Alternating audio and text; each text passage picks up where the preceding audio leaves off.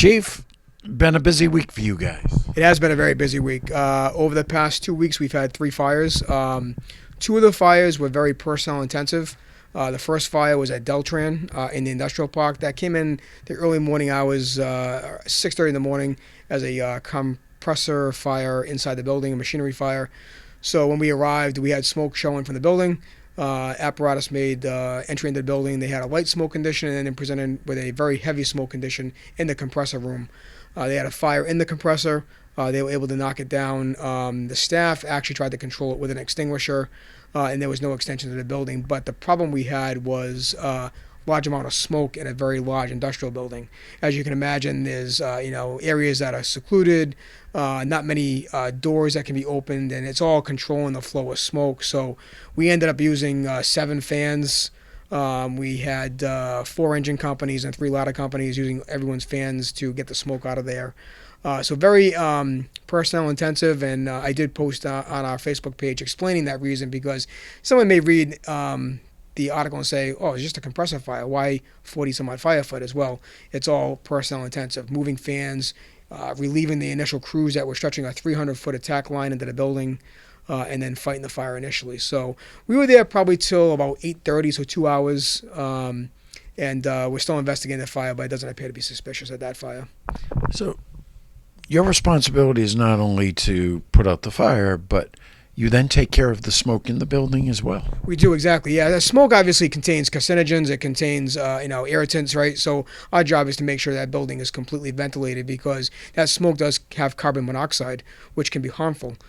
So we have to make sure that we have 0 readings, and that takes time. So it was about a 2-hour operation, 10-minute fire to put out, and a 2-hour operation to get rid of the smoke out of that building.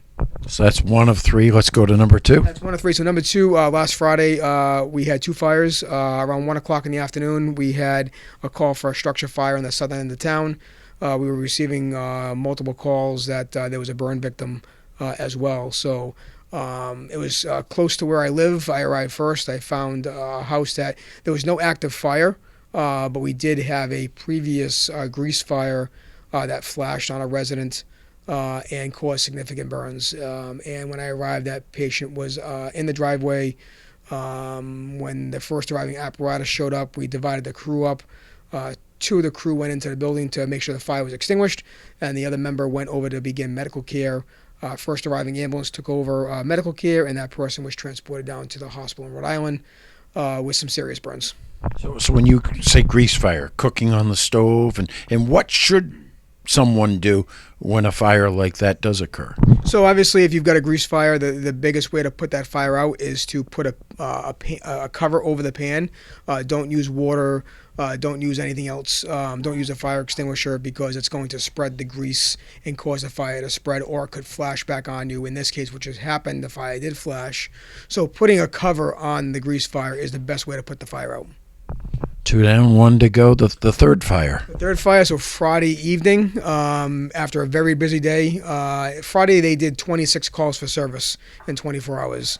They were very, very busy. We had a box alarm. So a box alarm to us is a fire alarm that's activated in a building for the Moody Street apartments off Landry Avenue.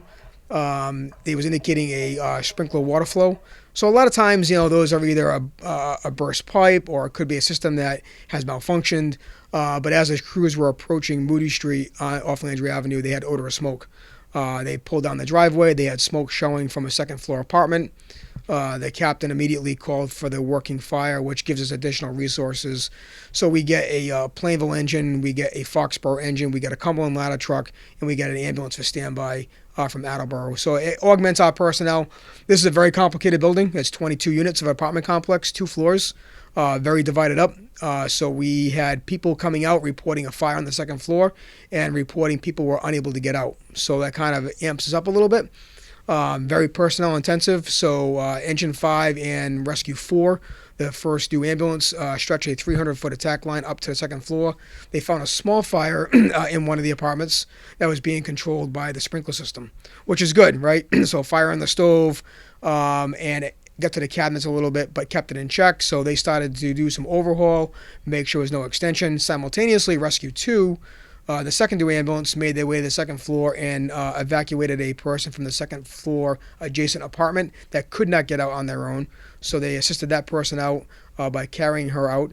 And then ladder one came in. They threw a ground ladder to the fire apartment, which is a means of egress in case things don't go well. And then they controlled the utilities. And engine three, the second due engine, picked up the hydrant at Landry and Mount Hope and laid in to the first due engine to give a water supply. And then as we started receiving mutual aid apparatus, Plainville, Attleboro, Foxborough, Mansfield, we conducted searches of the entire building, made sure everybody was out, and then did secondary searches after that. So as you can imagine, very, very personnel intensive because of the large amount of buildings. It was probably up to 50 people or so in that building. Busy week. Very busy week, very busy week. But as I've always said before, the men and women of our department do a tremendous job.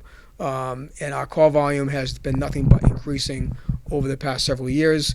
Like I said, 26 calls in 24 hours is a very busy day for our crews. And after that fire, they responded to an accident on 95 around 2 o'clock in the morning, a double rollover. And then they had 3 more medical emergency calls after that as well.